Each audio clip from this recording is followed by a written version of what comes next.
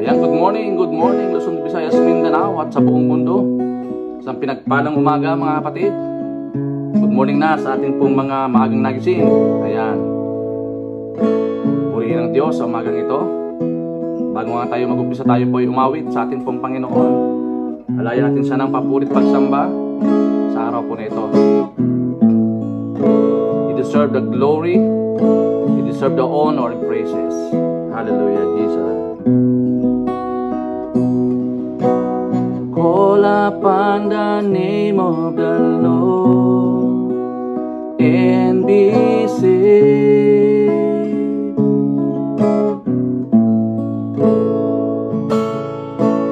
Call upon the name of the Lord and be saved.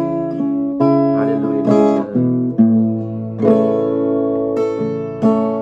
Call upon the name of the Lord and be saved. Yes, you are, Jesus. Call upon the name of the Lord and be saved.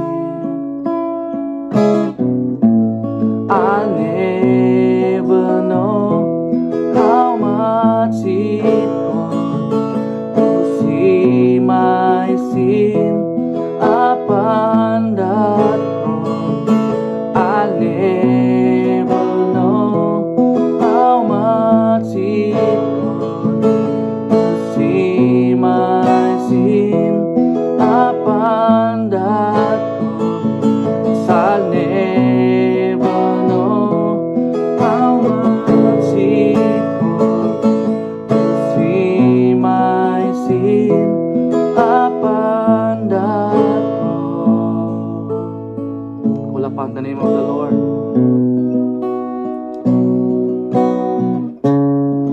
Hallelujah. Jesus, you are worthy to be praised.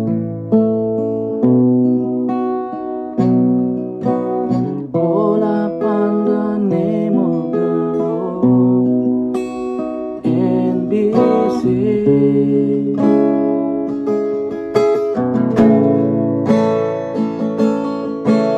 Call upon the name of the Lord and be saved.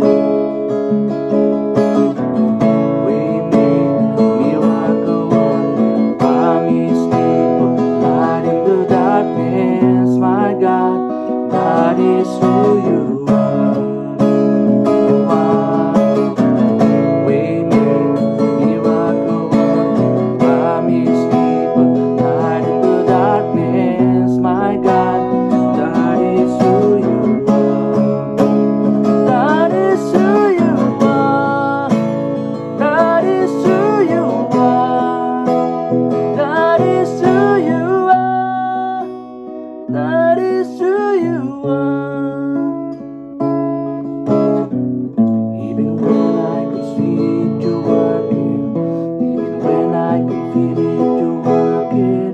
Never stop, you never stop working. Never stop, you never stop working. Even when I could see it, you working. Even when I could feel it, you working. Never stop, you never stop working. Never stop, you never stop working. We make miracle work, promise keeper, light in the darkness, my God, that is who you are. That is who you are. That is who you are. That is who you are. That is who you are.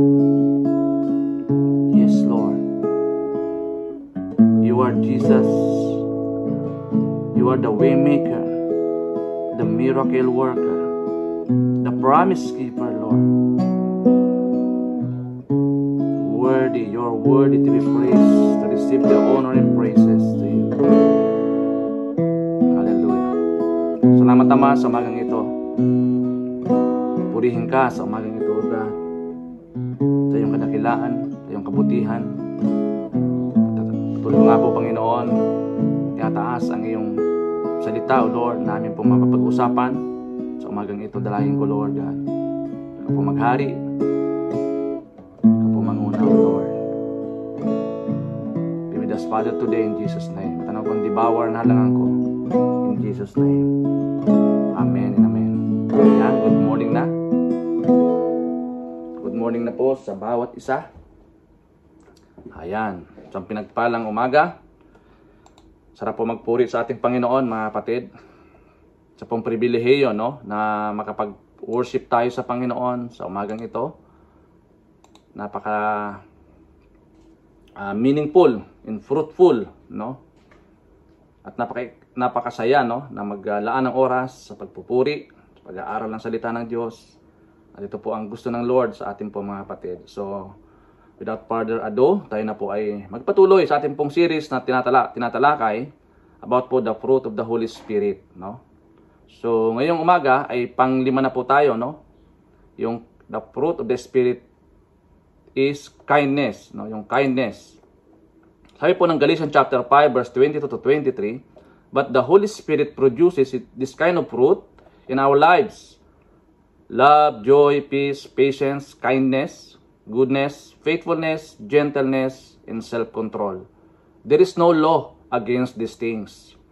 Ngunit ang banal na Espiritu ay nagbubunga ng ganitong uri ng bunga sa ating buhay: pag-ibig, kagalakan, kapayapaan, pagtitiis, kabaitan, kabutihan, katapatan, kahinahunan, at pagpipigil sa sarili. Walang batas laban dito. Ayan. So yung pang-5 po, mga kapatid, ay yung kindness. The fruit of the Holy Spirit as described in Galatians chapter 5 verse 22 to 23 refers to 9 virtues or qualities that are believed to be the result of the Holy Spirit works in a believer's life. Take note, in a believer's life. These fruit are love, joy, peace, patience, kindness, goodness, faithfulness, gentleness, and self-control. According to the scripture, these fruit are to become the dominant characteristics in the Christian life as they journey to become more like Jesus. Yan po yung goal nito, no? To become more like Jesus, mga kapatid. Kaya napakahalaga po yung pagsama ng Santong Espiritu. Napakahalaga po yung rule o yung trabaho po ng Santong Espiritu sa ating pong buhay, mga kapatid.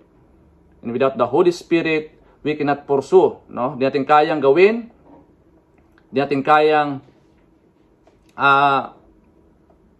baguhin, no, ang ating pong puso without the presence of the Holy Spirit. So ito po yung panlima, kindness. Kindness is the quality of being friendly, generous, and considerate. It involves showing compassion, empathy, and a willingness to help others without expecting anything in return. It can be expressed through various actions, from simple gestures like holding a door open to more significant acts like volunteering or donating or to charity.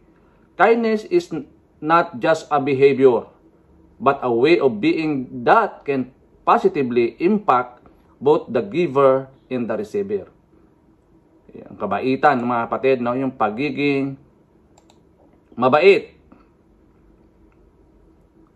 Yan po ay bunga ng banal na Espiritu, yung kabaitan. Sa Proverbs chapter 15 verse 1, Proverbs 15 verse 1, a gentle answer turns anger away, but means word stir up anger. Ang malumanay na sagot ay nakakapawi ng puot, ngunit lalong nakakagalit ang pabalang na sagot. Ayan, purihin po ang salita ng Diyos. Hallelujah. So,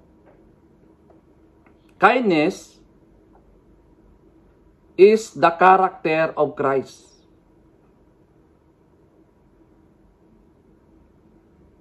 Yan po yung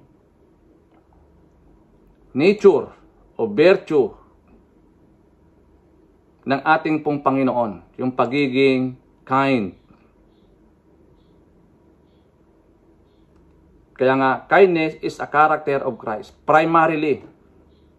Kaya sabi po ng Matthew 11:29, take my yoke upon you and learn from me, for I am gentle and humble in heart, and you will find rest for your soul.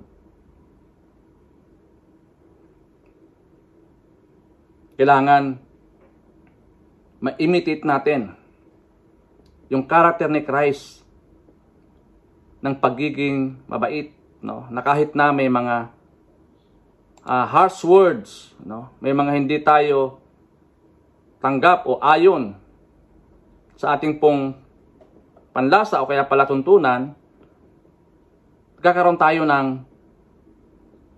pagiging kind sa kanila kasi nauunawaan natin because of love. Love is the motivator, no? Doon pa rin po talaga nakapaloob yan sa love, mga kapatid. Yan po yung number 1, kindness is a character of Christ. Number 2, correcting someone must be done in kind way. Kailangan yung pag-restore o pagko-correct ng isang tao, kailangan meron pong kabaitan, no? Hindi dapat pinapairal yung init ng ulo. Yung mga harsh words, no? Dapat iniiwasan 'yon, mga kapatid. Lalo na kapag tayo po ay nagka-counsel, meron tayong mga tao na pinag-aayos. So, kailangan makita sa atin yung kabaitan ni Kristo, yung pagiging kind, no, mga kapatid. Dapat visible po 'yan. Hindi lamang visible, dapat na nararamdaman po 'yan ng paligid, no? Na nararamdaman po ng ating kausap, no? Correcting someone must be done in kind ways. Number 3, harshness is hypocrisy. Kaya nga, yung pagiging harsh, no? Yung walang preno kung magsalita, no, mga kapatid. Minsan, ano yon, dala ng emosyon. Kaya minsan, yung mga taong madalas magsisi, ano, ay ang katwiran na dala ng emosyon, no? Kaya nga mahalaga na bago tayo mag-act, lalo na kapag may mga pressure, no, sa buhay po natin, lumingin lang muna tayo sa langit, no? Humingi tayo ng guidance sa ating pong Panginoon. Bigyan tayo ng kahinahunan, bigyan tayo ng kabaitan, mga kapatid, bago man tayo ay lumusong or kumatagpo doon sa senaryo, mga kapatid. Dapat tayo mismo, no, ramdam na natin yung kabaitan ng Diyos. Hallelujah. So, paano ba natin i-apply ito, mga kapatid, bilang isang kind person? So, number 1, be kind like Jesus. At ito po ay very rare ito sa mga Christian, mga born-again Christian, no? Yung pagiging kind sa bawat isa. Wala sa atin yung bahala ka na or kaya bahala na siya. Wala sa atin ganoon, mga kapatid. Meron tayong puso na handa na tumulong at the same time, tayo po ay may pakiramdam. We are accountable. Kaya nga, di ba? Meron tayong nadidiscern natin, may discernment tayo, no, mga kapatid. Unlike before, na wala tayong pakialam sa tao. Kasi ang katwiran natin, buhay naman nila yan eh. Pero ngayon po, nagkaroon po ng mental shift, no, o paradigm shift, di ba? Na bawat tao mahalaga sa Panginoon. Kung ano mahalaga kay Jesus, dapat yun din pahalagahan natin. Di ba, mga kapatid? Kaya pakita natin yung pagiging kind sa ating po, mga kapatid, no? Yan po yung number 1. Number 2, correct people with kindness. Kailangan with kind words pa rin, mga kapatid. Gentle words pa rin ang lalabas sa ating pong mga labi, no? Para maiwasan yung mga pag-aaway, no? Mga harsh words, yung mga maanghang na salita, yung mga mabulaklak na salita. Yan kasi ay bunsod yan ng emosyon, no? Na sobrang emosyon, mga kapatid. Kaya dapat humihinga muna tayo, inhale, exhale muna, no? Bago tayo pumalaot o kaya lumusob. Inhale, exhale, tumingin sa langit, no? At huwag pairalin yung init ng ulo, yung emosyon, huwag pairalin. Mag-pray, no? Tumingin sa Lord ng gabay, tumingin sa Lord ng patnubay. Kailangan correct people with kindness, mga kapatid. Kasi naramdaman ng mga tao yun eh. Naramdaman ng tao yun na itong taong ito ay may kakaiba ito.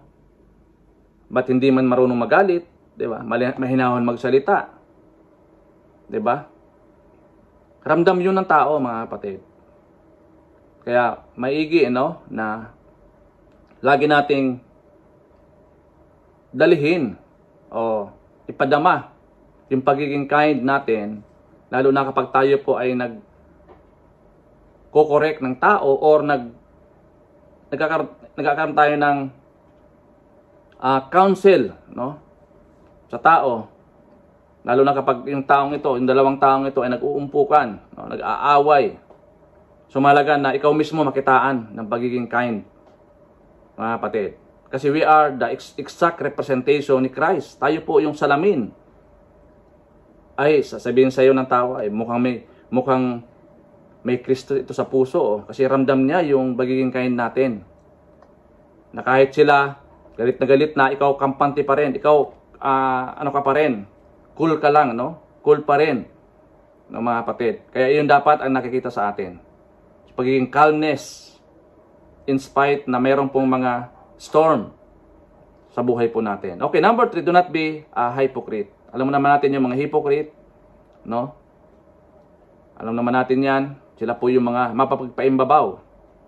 Sila po yung mga magaganda sa harap, pero yung kalooban ay punong-puno ng kasamaan. 'Di ba? Yung parang pakitang gilas, no? Sabi nga, no? O kaya pakitang tao. Pero deep inside, no, mga kapatid, kumukulo, no? Yung puso gustong gumanti, gustong makipag-away. Kaya sabi ng Biblia, 'di ba? Beware of the hypocrites, mga Pharisees and the Sadducees, mga kapatid. Kasi maganda lang sila sa panlabas, tingnan, no? Pero yung kanilang kalooban ay punong-puno ng galit, punong-puno ng kasamaan, punong-puno ng paghihiganti. 'Di ba? Karamdam mo 'yan, parang kumukulo 'yan sa loob eh. Gusto ka diyan makaisa, no? Lalo na kapag may mga hindi pabor, no, na nangyayari sa kanila, no, mga kapatid. So napakahalaga na kung ano ang gusto ni Jesus sa atin, kailangan ma-imitate natin yung pagiging kind ni Jesus, mga kapatid, no? In every situation, kailangan makita ito sa atin, yung pagiging kind, magiging mabait, no? So, purihin po ang Panginoon dahil sa ganitong kapamaraanan ay tayo po ay tinuturuan ng Lord, mga kapatid. Hindi po madali, no? Yung maging mabait. Kasi yun po yung nature ng tao, no? Because of sin, nagkaroon po ng rebellion na. Nagkaroon na po ng pagkakababahagi, no? Sa product of our sinful nature, no? Kaya mga kapatid, kailangan natin ang patnubay, presensya ng Banal na Espiritu na siyang tutulong po sa atin, mga kapatid. In our own, hindi natin kaya baguhin ang ating sarili, ang ating puso without the help of the Holy Spirit. Kaya mahalaga na maunawaan natin, mga kapatid, yung mga fruits, mga prutas. Ano ba yung mga prutas ng Banal na Espiritu na dapat natin gawin, dapat nakikita sa atin, at naipapamuhay po natin, mga kapatid. No? Kaya nga dapat madiin tayo dito, maging seryoso tayo dito, mga kapatid. No? Yun po yung tatlong application natin. Be kind like Jesus, correct people with kindness, and do not be an hypocrite. No? Kung ano ka, yun ipakita mo. Walang sugar-coated, tinatawag. No? Wala yung mga mabulaklak ng salita. Pero yung body language mo, iba naman yung didikta. No? Kailangan tugma siya. Kapatid. Walang sense of hypocrisy. Yan. So, as a question to consider, how can we kind like Jesus? Paano tayo maamo o mabait na katulad ni Jesus. Kailangan, gaya nating nasabi, kailangan i-imitate natin yung katangian ni Kristo bilang isang kind person o kind God, no? Si Jesus. Kaya siya po yung ating example, kapatid. Taglay-taglay po yan ni Jesus, yung pagiging mabait, mga kapatid. So yan, purihin ang Diyos sa umagang ito. Hindi po madali, mga kapatid, sabi ko kanina, yung pagiging mabait, pagiging kind, no? It's a series of character development, spiritual growth, no? Kailangan kasi lumalago tayo from glory to glory. Naunawaan natin yung principles ng Biblia na patungkol po dito sa mga fruit ng Holy Spirit. Kaya hinihimay-himay natin yung bawat fruit ng Holy Spirit. So ngayong umaga po, yung kindness, yung ating pong tinalakay. Kaya sa ating pong text, sa Proverbs 15 verse 1, di ba? A gentle answer turns anger away, but a mean word stir up anger. Or a kind answer turns anger away, but mean word stir up anger. So purihin po ang Diyos umagang ito, mga kapatid. Salamat po sa ating mga kapatid na nagsubaybay sa ating pong morning devotion sa umagang ito. Topic po natin, the fruit of the Spirit, the fruit of the Holy Spirit, kindness, yung ating pong tinalakay. Ayun, marami pong salamat at dalayan ko po, Panginoon, sa umagang ito na patuloy mo kaming samahan sa maghapon, Lord. Make us fruitful and victorious. Sa aming pong magagawin, Lord God. Pagharian kami ng Santong Espiritu. Tulungan kami, Panginoon, na maranasan namin, magawa po namin yung kabaitan na nagmumula po sa inyo, Panginoon. Salamat po, Lord, at dadalayan ko din po patuloy, Lord, si Brother Eugene, si Kuya Conrad. Patuloy mo pong i-restore yung kanyang pong kalusugan, Panginoon, Lord. Ipuin niyo po ang kanilang buong katawan, ipadalo yung kagalingan nagmumula sa iyo. Lord God, salamat po. Patuloy mo silang samahan. Give them favor, Lord God, sa araw po na ito. Kundi Lord, sa aking po mga kapatid na nagdadanas o dumadanas ng mga persecution, anxieties, depression, Lord. Give them peace and joy, Lord God, sa kanilang buhay. Samahan niyo po sila, Panginoon. Kami po nakikigalak, Panginoon, Lord, sa kaarawan ni Brother Arman, Liabres. Yan. Salamat po sa buhay mo, kapatid. Tuloy kang pagpalain ng Panginoon sa araw po na ito. Maging mabunga, na maghapon, na yung gagawin, sa iyong pamilya, sa iyong ministeryo, Lord, lahat ng bagay, pagkalooban kayo ng pabor ng Panginoon sa araw na ito. Salamat po, Ama. Tuloy namin tinataas, Lord, ang aming mga sarili, O Lord, gagawin niyo po kaming karapat-dapat, Panginoon, sa araw po na ito. Thank you, Lord God. We entrust to you everything in Jesus' name. Amen and amen. God bless po. To God be all the glory.